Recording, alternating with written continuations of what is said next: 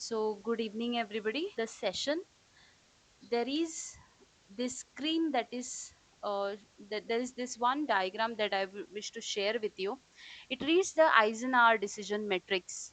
Now, every time that you come across any research idea, it has multiple steps, many decisions to be made, and any decision that you have to make in your research, make sure that you assign it to one of these four quadrants.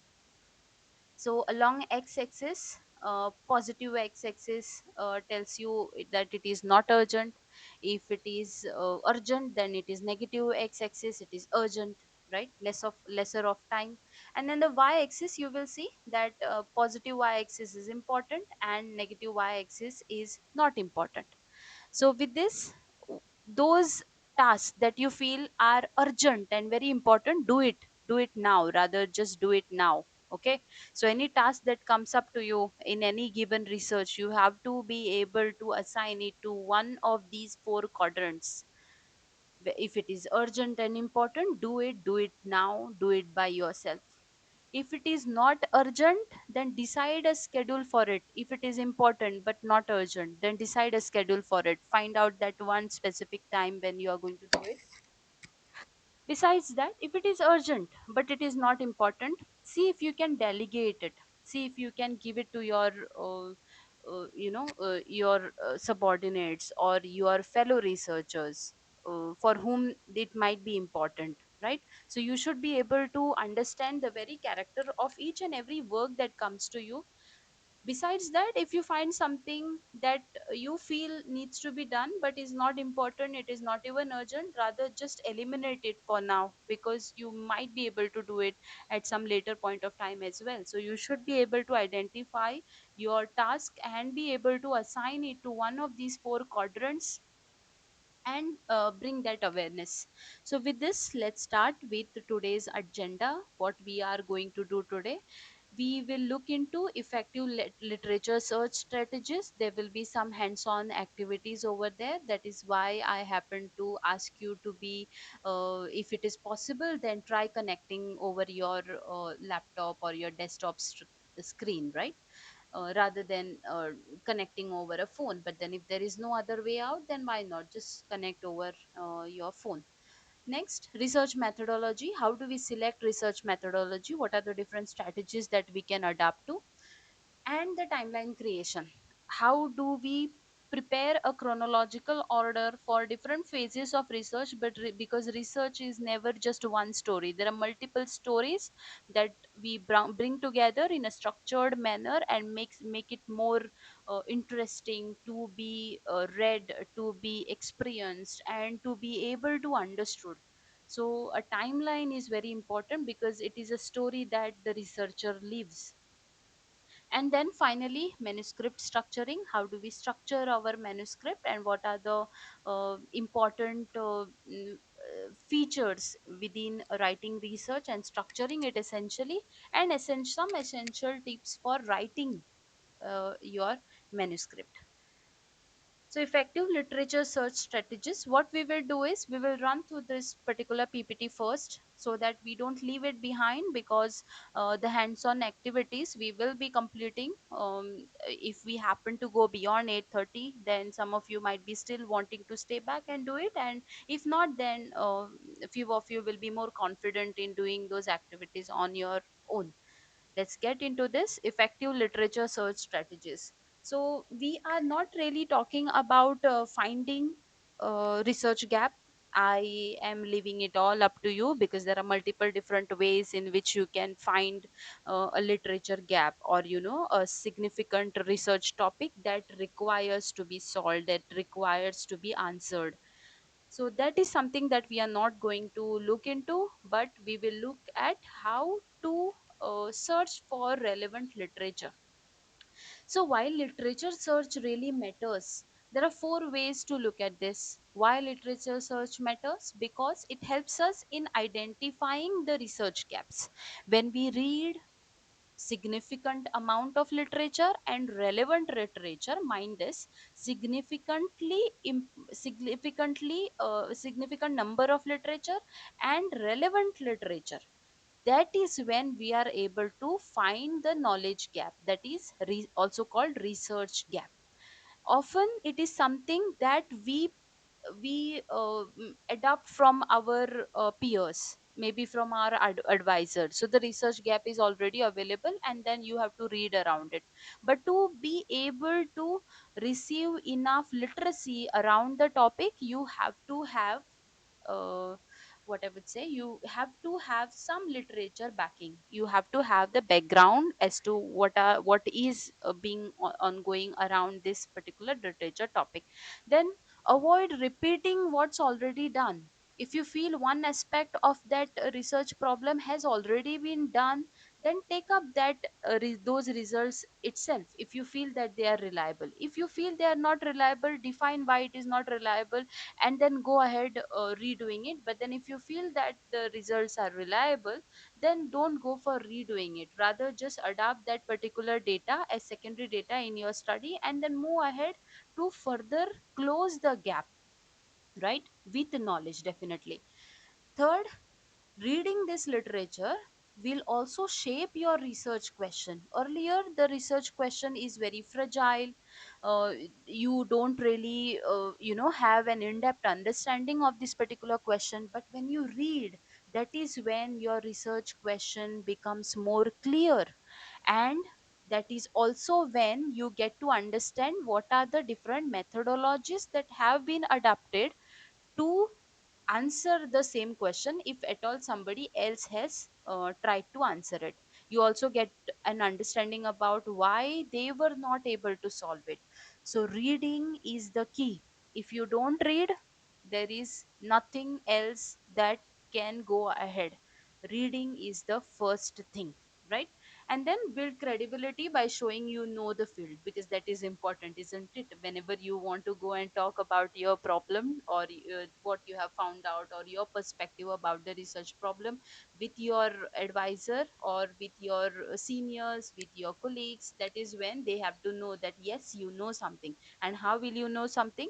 It is only when you read, right? So far there is no such technology which will be able to flash before your eyes questions and things like that. You should be able to have um, um, uh, a free flowing conversation, a valid conversation with your colleagues, with your advisor, and you should get that credibility that yes, this person knows something and will be able to as well answer the query, right? So that is why reading literature is very, very important and we cannot escape it. That is where many of our questions get answered, as well as we build our credibility.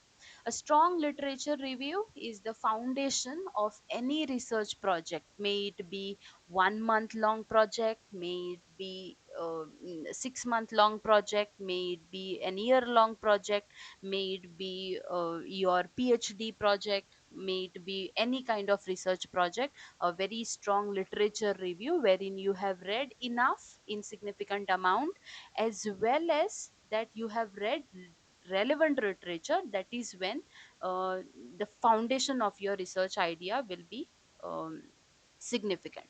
Now, what are the common mistakes that often we make as beginners? Those of us who must have spent enough years in research must have already identified these mistakes that they are making, and then they will escape it. But then how about us beginners? So the common mistakes that we make, depending only on Google search. So we just go to Google and we search for let's say if we are trying to understand land use land cover change, so we just go to Google and simply type land use land cover change research articles. That's the biggest mistake that we do. That is wherein we don't know what is a structured way in which we will be able to search the um, research articles, or relevant and significant revolutionary rather research articles, or source, what we say. Using broad keywords, often we search using keywords. So if I'm interested in understanding the phytoplankton growth in a given estuary, so I specifically go to Google and tell it phytoplanktons in Sharavati estuary 2023. But then that is not going to be helpful, right?